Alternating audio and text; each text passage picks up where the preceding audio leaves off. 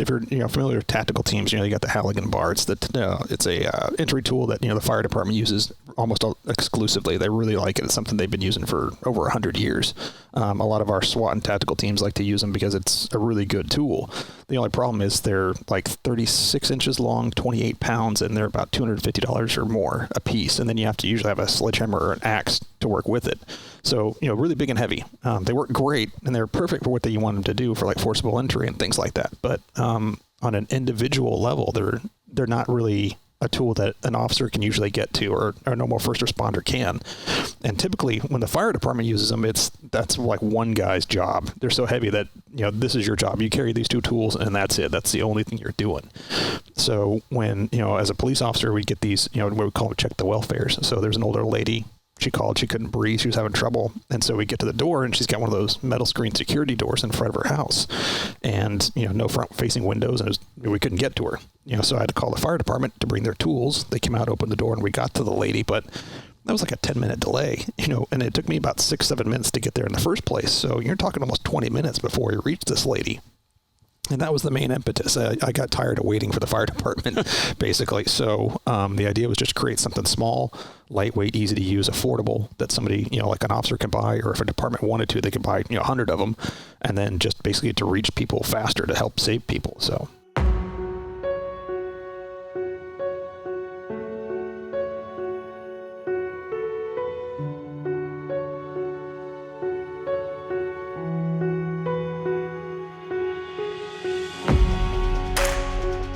Welcome to the Transition Drill Podcast. I'm your host, Paul Pantiani.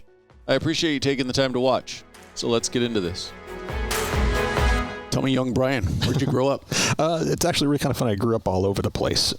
Moved actually in my 26th house right now. So you don't like to stay still. Yeah, no, it's a kind of a nomad life. Dad was in the Air Force, and then I joined the Army after I graduated high school. So, I spent time in Northern California, Southern California, New Mexico, Florida, Georgia, just kind of all over. It's actually born in Reykjavik, Iceland, of all places. So, yeah. And growing up, did you find that you liked the moving around, or was it difficult on you? Looking back, it's kind of a mixed blessing. It makes you more adaptable. I can pretty much fit in anywhere. I'm easy to move around and get into that new place. It does make friendships a little bit harder. That's one thing I've struggled with, I think, lately, is trying to maintain those connections. Just because I am moving around so much, especially as a kid, you kind of, as a coping mechanism, you gotta, it's almost like, you got to disassociate with it. You can't maintain those connections because it hurts too much. So I think moving around so much, it's hard for me to maintain friendships. I can make friends, and if I ever saw that person again, we'd absolutely still be friends. It's just, maintaining that contact has been hard. So for you, where do you call home? If you had to say, do you have one place that in your heart that's where I'm from? I don't. I've had that conversation a couple times, and that's something I've thought about repeatedly. And it's like, where is home? Right? I mean, home for me is where my family is. It's not necessarily a geographical location. It's, more about who I'm with. So, I spent most of my time here in California, either northern or southern. But yeah, I mean, it's hard. That concept is, I won't say it's foreign for me, but it's definitely something that's, hard for me to quantify. Growing up, what took up your time? Were you heavily into sports? Were you into academics? Not so much. Like I said, just moving around so much. I was mainly into, my goal was joining the military. That's what I wanted to do. So, just kind of getting ready for that, and, just basically prepping for that kind of a life when I got out of high school. So, your dad did a career in the Air Force? Yeah, he did. Yeah. Did he ever turn you away from going in the military, or was he pretty much on board, or was your family on board? My mom was not. She was very much needing to go to college. My dad, they got divorced when I was very young. Like third grade. So, I kind of grew up, in a divorced family. My mom remarried another man in the military, another Air Force guy. And, it was something that I had always wanted. And he never talked me out of it, or never, tried to get me not to go into the military. And when it was time when I was actually going to sign the papers and go in, he was very supportive. But it was not something that, he wanted me to go Air Force, and I think he wanted me to be a pilot like him. But unfortunately, my eyes weren't good enough at the time, so I enlisted in the Army. So, brothers, sisters? One older brother, yeah, about 7 years old, and they're 7 years older than I am. And he moved out, and he was an aircraft mechanic for a long time. So, So when you went in, what year did you go into the military? 98. And were you planning to make it a career? Yeah, 20 years. I was planning on staying in for a long time. But what changed that? I joined the Army, airborne infantry, wanted to be a Ranger. Went into that program, was a heat casualty in RIP, basically was the Ranger Indoc Program. We went through airborne all the way in there. And then that heat casualty, it was borderline heat stroke. I was like right on the cusp. And it made very hard things after that. So like anytime I did like road marches or anything like that, there was like physically, I would almost have a heat stroke again. It was like a recurring thing with me. So I stayed in for about 4.5 years on active with the 4th Ranger Training Battalion. Stayed over there. It was a pretty cool job. And then got out and joined the National Guard with the intent to go to college.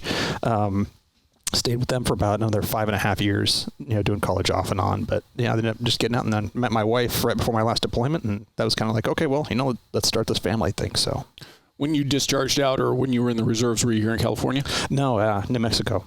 And what brought you to California? She did. Her family's here from Southern California. So. And when was the transition, or had law enforcement kind of been in your radar prior to joining law enforcement? No, actually it wasn't. My wife's sister ended up marrying a police officer, and right about the time I got out in 2007, I was kind of going to college, trying to figure out what I wanted to do, and he's like, "Hey, you should be a cop," and I was like, "Well, I mean, yeah, okay, why not? Let's try it." And it's kind of in that in the realm of that military first responder kind of thing that and serving your country, serving your community. So I was like, yeah, I mean, it might fit. So I put in for it, and surprisingly, it's like one of the easier things I've ever done. Background went really super quick. I was done in like 3 months and joined the academy, and then I was a police officer. So. And what year did you start law enforcement? 2009. And family supportive on that decision? Oh yeah, very much. Yeah, very much so. And going forward. You're obviously 13 years in. Yeah. So looking to finish that out as your career. Yeah, I'll do the 20 and then probably retire after that. So going into your tool, and for those not watching, it is the Stone Gryphon. Yeah, Stone Gryphon Tactical is the company I started. Tell me the background of the name. It's like an airborne infantry thing. It's a eagle, king of the sky, lion, king of the earth. So it's like Stone Gryphon, to kind of mix. So it just kind of came up as a cool company name and something that would kind of stand out a little bit. What was the impetus? What got you thinking about this tool? It was a need. Most if you're familiar with tactical teams, you got the Halligan bar. It's a entry tool that the fire department uses almost exclusively. They really like it. It's something they've been using for over 100 years. A lot of our SWAT and tactical teams like to use them because it's a really good tool. The only problem is they're like 36 inches long, 28 pounds, and they're about $250 or more a piece. And then you have to usually have a sledgehammer or an axe to work with it. So, really big and heavy. They work great, and they're perfect for what you want them to do for like forcible entry and things like that. But on an individual level, they're not really a tool that an officer can usually get to, or a normal first responder can.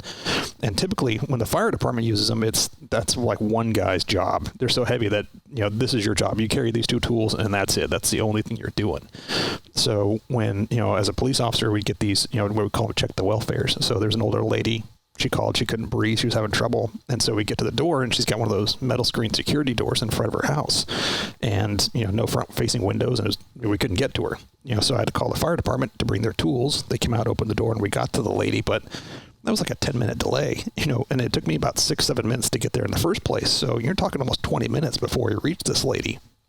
And that was the main impetus. I got tired of waiting for the fire department, basically. So the idea was just to create something small, lightweight, easy to use, affordable, that somebody, like an officer could buy, or if a department wanted to, they could buy, 100 of them, and then just basically to reach people faster to help save people. So were you, and I want to kind of go in stages, designing this, are you mechanical in nature, or do you have that kind of in your background? No, I don't. Like I said, I'm a airborne infantry guy, and I got my degree in business, and then an associate's in business and intelligence operations was my bachelor's. It was just an idea on the back of a napkin. I kind of took some little bits of here, little bits from there, from different tools that I thought would be really useful for an officer, and just try to cram everything in one little tool as I could. So the wedge down at the bottom for breaching is very much like the Halligan bar. It gives you that really good leverage when you're prying into stuff. It's got a residential gas valve key on there, so you can turn off the gas valves outside the house. A glass breaking axe, hammer. It's just kind of everything you need in one little tool to kind of, like I said, make it as versatile as possible. So when you first started planning it out, like for instance, did all of the ideas come as one, or did it come in stages? It kind of came in stages. It's like, hey, I need something to hack and something to pry. And that's kind of what I started with. And then I kind of started, messing around with a couple ideas, made a wood prototype, talked to a bunch of people that had, a lot of experience, some Navy SEAL guys, some of our, SWAT tactical breaching teams. Said, hey, I brought in my prototype. I'm like, hey, this is what I'm thinking about making. It's for patrol, not for SWAT. Because, typically you guys have all the cool guy toys. You guys got the big budgets and everything like that, right? It's your normal average, patrol officer that, basically just has what's on his belt and that's it. So I started kind of putting all these ideas together and talked to a couple different people. And then I met my engineer buddy. His name's Matt Phillips. He actually he makes, medical devices and things like that. Mechanical engineer, brilliant guy, awesome guy. And I kind of showed him the idea and he really dialed it in and did the physics and, all the mechanical engineering behind it to dial in the prototype. So had one made in metal, started using that a little bit in the field. Gave it to Matt, said, hey, this is what I need. Can you improve it for me? He made some design changes and, now we have, the production model. So now tracking down for somebody who's thinking about making something similar, tracking down a company that can manufacture this for you, how difficult was that, or was it a pretty easy process? Oh, no, it's incredibly difficult. It actually took me over a year to find somebody to make it for me. So you can weld it, and it was super easy. Not effective for production. It's just not cost effective. The best way to make these things is in a drop forge, and you need a forge for that. And making stuff in America is not as easy as it used to be, especially when you're talking about metal. Working metal and things like that. All that stuff's moved overseas to like China and Mexico and out of the country. So it took me, like I said, over a year to find a company that would be willing to do it. Most of the stuff here in Southern California, there's several forges, but they're all like aerospace industry. So, they're talking extremely high tolerances. And, they said, we could do it, but it's going to cost you an arm and a leg just because, we're so precise and you're making a very rough tool, basically. So ended up finding a forge up in Detroit that did some military work and, came with them with my idea. They were supportive and like, yeah, we could probably do this for you. And, sent the idea and the prototype and they ended up cranking them all out for me. So. Now, that first iteration, the very first version, I'm sure well, maybe I'm wrong, but I'm assuming that it wasn't exactly the way you wanted it. No, I had an idea, because I'd have some limited breach work, in the military and then some in the law enforcement, but it's like, okay, this is the general idea of what I need. Produced it, and then, we got some feedback saying, hey, this part needs to be longer, this could be wider, I'd like to be, some design changes, and, I made those changes, and now we have the production, so. What's that? I guess what I'm getting at is when you're dealing with a company in Detroit, what's that process like? Okay, here's the first version. Is it, from your mindset, is it, okay, I need to address, let's just say, the pry portion. I want this change. Or do you have to go, hey, I need all of these ideas changed? Do you see what I'm saying? Yeah, and it was kind of a, especially as a small business owner with, this is my first business, this is my first product, coming out of the, basically learning this from scratch and kind of stumbling my way through it. Is basically the way I described it to him. That's kind of the way I approached him. It's like, hey, I'm a small business. This is my idea. I have an idea. I know it's going to work. I just need your help, with the making it, and they were really supportive. That's one thing. Trenton Forging is the name of the company up in Detroit. And they're like, yeah, typically we do, 10,000 or 100,000 unit orders. We just like, I need like 200 of these things, And they're like, well, okay, yeah, we'll help you out. Your military, law enforcement, will help you out. So it was a really eye-opening experience. And that's one of the things that was, I would say, replaced, made me happy about humanity. Was, everyone was extremely helpful. I came and say, hey, this is my idea and this is why I want to make the tool. I told them my story, and I think that brought a lot of people on board and made them really supportive. There's people here in Southern California that said they can't help me with this product, but I know the guy that can. Go contact this guy. He's even a direct competitor on some levels. So talking to the guys in Trenton, they're like, yeah, we can make this. And, they had to figure out how to bend it and make it. And, it was a back and forth process with lots of phone calls, lots of Zoom meetings, getting my engineer guy to basically go back and forth with them a bunch of times on different things. So it's a huge learning curve doing all this stuff, but, especially making a product, 100% in America was the goal. Because everyone, when I was initially coming up with the idea, they're like, hey, go to China. And it's like, no, I'm a patriot, I'm an American. I want to make it here in America. That means something to a lot of people, me especially. And that was, like I said, it was hard and going back and forth and it was a lot of conversations. It was pretty difficult, but it was a rewarding process because, I made a product in America. So. Now, you mentioned your engineer. Was that somebody you were friends with before this project started, or did you find that person? Networking. Starting a business, I've learned very quickly that networking is everything. It's not necessarily, what you know, it's who you know. And a lot of times, like I said before, people, might not be able to help you, but they know somebody who can. And that's where networking, became really important for my company, really helped me out, because it was another friend of mine, a partner of mine on the department, says, hey, I have an engineer buddy. And so I talked to him, and that was Matt. And, Matt just knocked it out of the park. So, and once you got into doing R&D, did your department back you in trying it yourself, or did they say, hey, if you want to do this, do it on your own? And I was kind of disappointed with the department, the way they handled it. I would like to say that they gave me more support, but I think it was almost like a conflict of interest. Like, you work for our department, we can't buy. I'm not sure that they never said that, but I kind of think that's kind of what it is.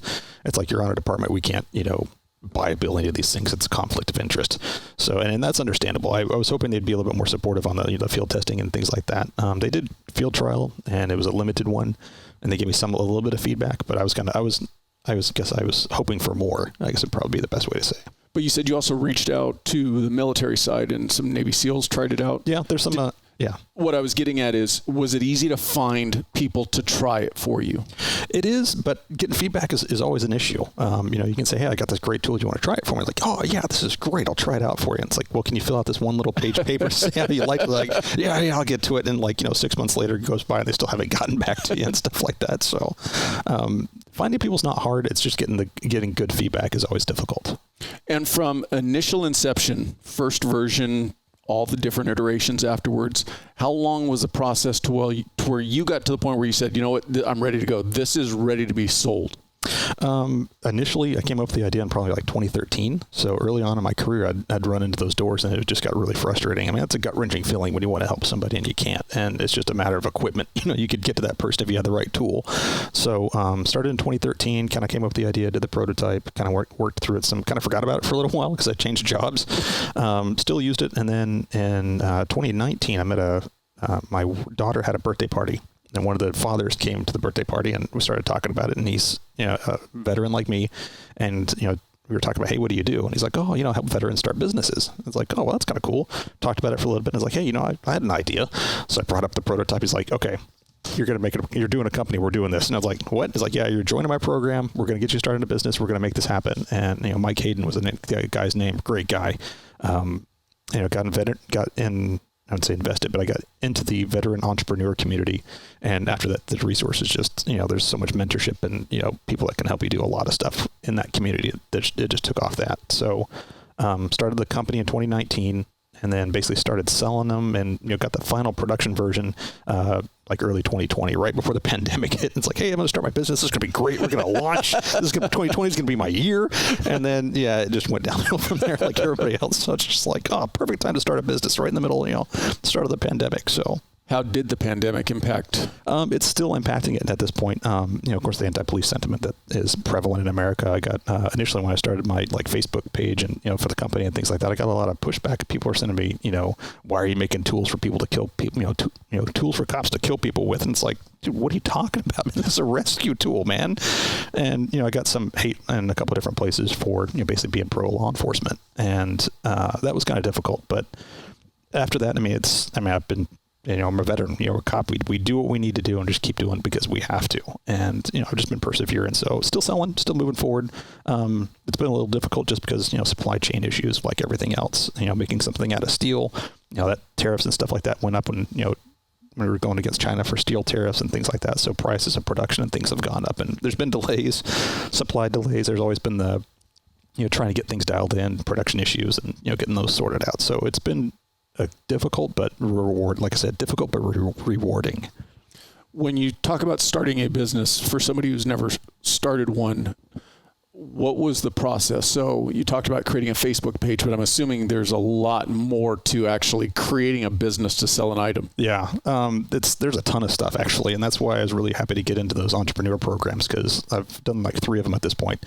And most of them are starting a company 101 stuff. So they walk you through a lot of it, because you got to get a business license, you got to come up with a name, you got to, register the company someplace.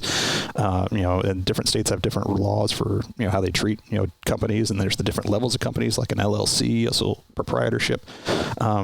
that was kind of difficult to kind of navigate, but, had been good mentors really did help out a lot. So speaking of state to state, when you're trying to sell an item like this that obviously has an axe side to it, any regulations that you ran into from certain states where they viewed it more as a weapon than a tool? Facebook and Instagram have been on that crusade for a very long time. That's one of my biggest things. My biggest impediments to the company is it looks intimidating. I mean, it's a black axe basically. So everyone's like, "Oh, this is a weapon." Every time I try and post anything on Instagram or Facebook, they automatically flag it as a weapon. And that is something, so I can't really sell anything. They flag on my account, lock my account. I can't boost things. I can't run ads and things like that. So state-wise, since it's an axe, I mean, you can pretty much sell an axe anywhere. If it's a double-bladed, switchblade or something like that, you'd run into issues. But since it's just an axe and I'm marketing it as a multi-tool or a rescue tool, I haven't run into any issues yet. But like I said, it's just the social media backlash, basically, that's been the biggest impediment. Where are you finding more of your clients, the law enforcement side or the first responder / firefighter side? First responders are a big one, police officers, because it's something that, like I said, I designed it for us. It's something that we need. But, I'm getting a lot of traction in the off-road community, the zombie prepper community, the disaster prepper guys. Those have been I've made a lot of sales in those avenues as well. What do you see going forward? What's long-term for your company? Ideally, one in the back of every patrol car, right next to your fire extinguisher in the back of your patrol car. It's just a tool. It's not the tool you need every day, but when you need it like right now, and you're probably going to save somebody's life with it when you do have it. So that's the idea. Finally got my patent. We're not patent pending anymore. We got our patent this month, actually. So it's a patented product, which is pretty cool. What's that process like? Expensive and very long. So, like I said, I started in 2019. I think I started getting the patent in late 2019, and I just got the patent on the 17th of this month. So it just takes forever. It was working. You can do it yourself, but typically it's usually better to get a lawyer. I hired a lawyer firm to help me with it. They go back and forth with the patent office, make sure the drawings and the verbiage in your patent, marketed as as an individual tool, not something that's like a ripoff or something like that. So going back and forth with the patent office, and like I said, it takes about $12,000 I think to pay for it all. And that's an average cost.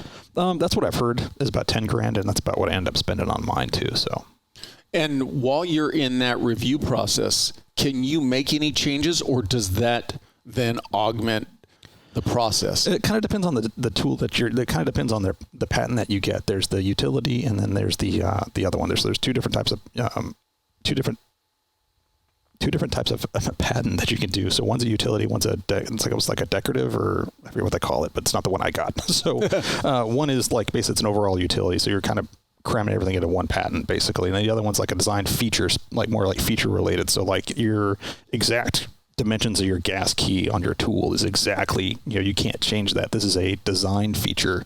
It's almost like it's a feature that is I'm patenting this one particular part of whatever I'm making.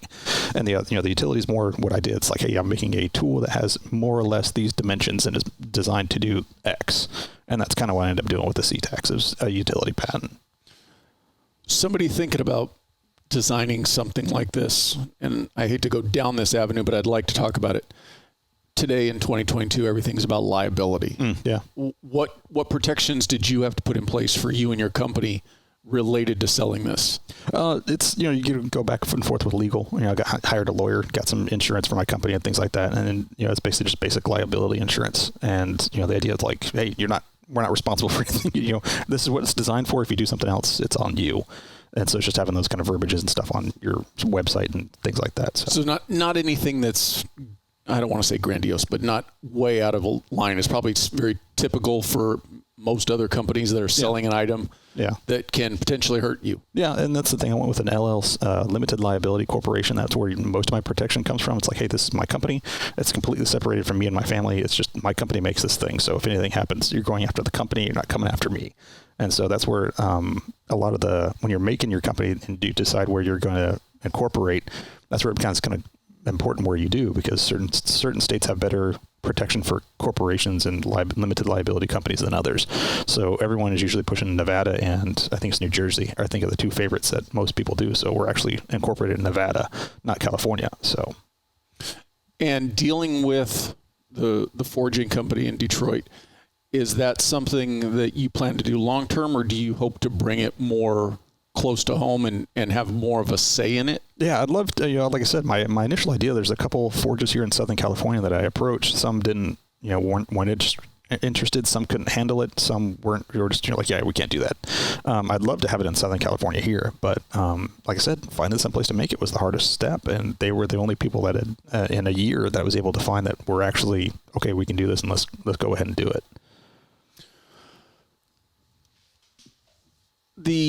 How do I want to put this?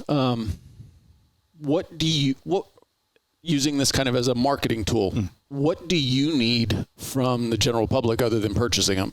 What are you looking to help grow your company? Honestly, it's just outreach. Like I said, we're getting suppressed so much on Facebook and Instagram. It's really hard to get the word out, because it's really funny. It's like you handed the tool to somebody and you explain what it's for, and they're like, oh yeah, absolutely. Everyone needs one of these. How come we don't have one of these already, kind of thing, And, half the time it's just trying to get the word out. I explain that it's here, and they're like, oh yeah, this is great, and they share it. But, sometimes it gets suppressed. Like when I initially started the company, I started kind of putting ideas out there.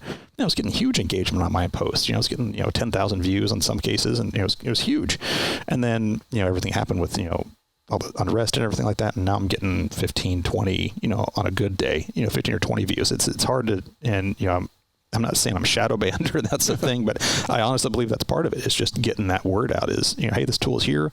It's affordable. It works, and it's something that everyone needs. So, what does something like marketing through Facebook or Instagram, or just marketing in general, what kind of money does that entail? It's like stupid amounts. It's really kind of crazy. You kind of get these, you start getting all these like spam emails once you start a company, especially when you come up with a product. These advertising companies will approach you like, yeah, we can do this. We can actually sell, we can get you 10,000 of these things. We can sell 1 million of these things, but it's going to cost you $10,000 a month. And so, it's big money. I mean, I'm a small business, I'm a police officer by trade. That's my day job, Yeah, this is my side hustle. Yeah, right. And, that's a lot of overtime. $10,000 is, it's a ton of overtime. So, and they want to do that a month. So that seems to be typically what most have offered these, high-end, marketing and advertising companies that have approached me. It's about $5,000 to $10,000 a month minimum. What have your sales been like since starting out? Slow. We did a Facebook, we did a Kickstarter crowdfunding campaign the first time around. We sold about 140, 150 units with that.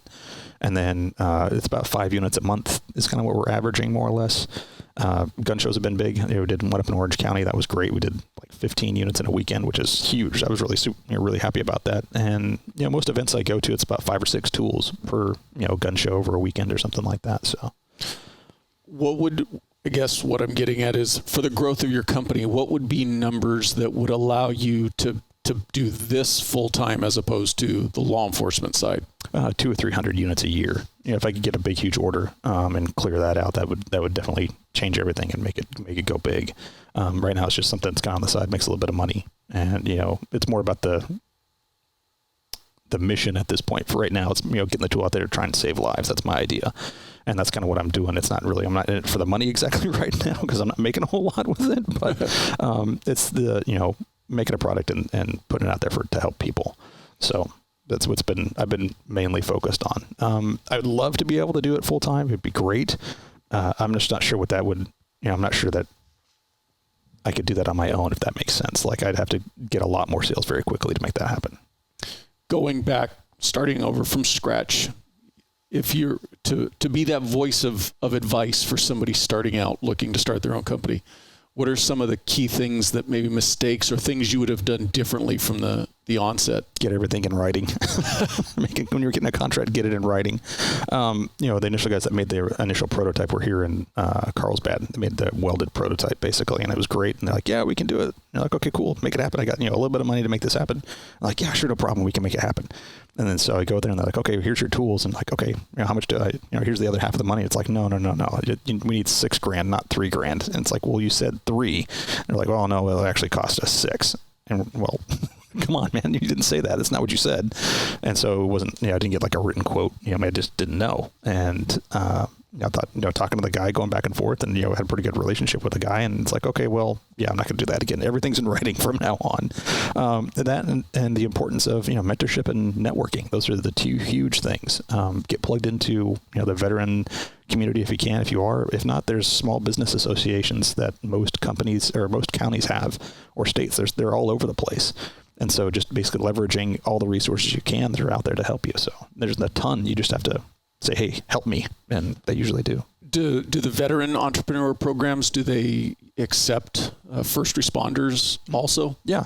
Well, since I'm have a veteran background, they jump on it. So if you don't have that veteran background, I don't think the veteran ones do, but there's so many. There's the Small Business Association centers. They're everywhere, and they accept everybody. So there's quite a few that will help you start a business. So, and there's a ton of resources out there. They're kind of hard to find, but once you find them, they're more than willing to help you do pretty much anything. So, and what would you say is I know you mentioned marketing is very expensive, but where's the best place to start for marketing?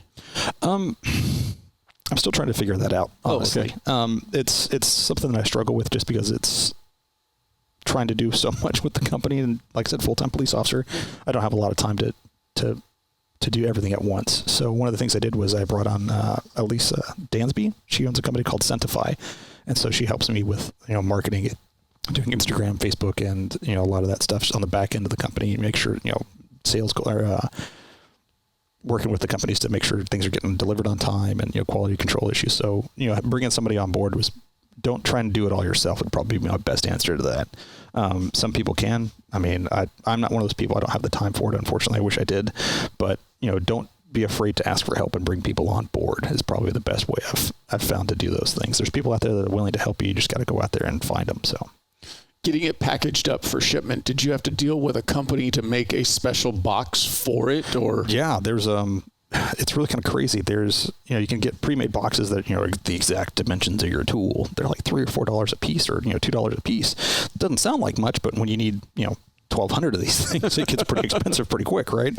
So it ended up being a slightly larger box that we ended up putting some packaged material in that was more cost effective. So it helped us get stuff out quickly just because it was more of a pre-made box that you can, the exact dimensions of, and then, for shipping, it helps you out a lot. Where can people find the tool at? Stone Gryphon Tactical.com is our website. We're also on Instagram as the same name, and Facebook as well. So, and we're going to be we're on GovX now. If you can find us on GovX, you can get a good coupon and it'll relate you back to our website to purchase it. And then we're also on Amazon now as well. What was the process like to get onto Amazon?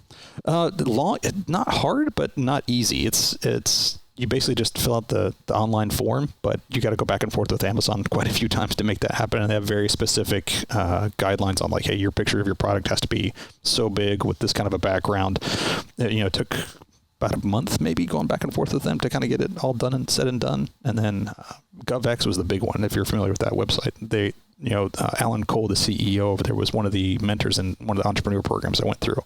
And they're actually a local company here in Southern California. So getting plugged in with them with the entrepreneur program was huge. And he's like, this is great. Let's help you. We can get you everything we can, help you any way we can. And they've been very, very helpful. Pandemic aside, are the entrepreneur program meetings, are they in person or are they via Zoom, Teams? Mostly they were in person. Before the pandemic hit is when I had gotten plugged into Bunker Labs downtown. That was a great program for anybody transitioning out of the military that wants to start a company. They will absolutely help you do that. And if you have an idea, it's a great program to get involved in. And it was a very diverse group of people in that program. So it was mostly in person for those meetings. After the pandemic, a lot of them were still running and Zoom meetings and things like that. And that worked out pretty good, I think, for a lot of people because you're still getting the same info. You're still kind of making the same contacts. It's not as good as an in-person program because that's always the best. But yeah, they've done some pretty good things with, the online building and programs and things like that. Going back to Amazon doesn't handle your shipping. So basically somebody purchases it and then you get notified, hey, ship it. Yeah, drop ship it. Yeah. So there's a couple ways you could do it with Amazon. That's one way, and that's the way we do it. It's the easiest. If you're going to have them, drop ship it for you, they have very stringent requirements to do that. So like you have to send them X amount of product, and it has to be, you have to pay for them to store it for you, and then pay them to ship it out and things like that. So it's a little bit more labor intensive to do that. I think the drop shipment for us has been pretty good so far. So, what's been giving you the best traction, GovX or Amazon, as far as? We just launched both of those this month, so it's still kind of hard to see. Honestly, it's like in-person and gun shows have been the best ones so far. And then the Kickstarter campaign, we did surprisingly well with that. I think we raised about $25,000 with that campaign, which is great for a startup company. But it's the in-person and the gun sales have been the best so far. Well, I appreciate your time. I want to let you, any last words, advice you'd like to give to anybody who might be interested in this, or something that we haven't talked about this tool or your company? No, I mean, I really do appreciate the time and the opportunity to talk to you. But I think the biggest thing, especially in relation to your show, is it's if you're a veteran getting out soon, think about starting your own business. That's a lot of people. I remember when I was getting out, it's like, okay, what do I do now? Well, I go to college. That was kind of the go-to that everybody does, right? So it's just don't feel bad about transitioning out of a job to get a new one to do something better, and starting your own business might not be a bad way to do it. I appreciate your time. Oh, actually, where's the best place to get in touch with you if people have questions? You can send an email to me at brian.c@Stone Gryphon Tactical if you want to. Anything, and that goes straight to me. I check that email all the time. Or like I said, like us on Facebook or Instagram, or shoot me a DM through that, and I'll absolutely get in touch with you. I appreciate it. Hey, thanks for the opportunity. Thanks for your time. I appreciate you watching. But before you go, if you like the video, please hit that subscribe button. Also, any comments are appreciated. Thank you.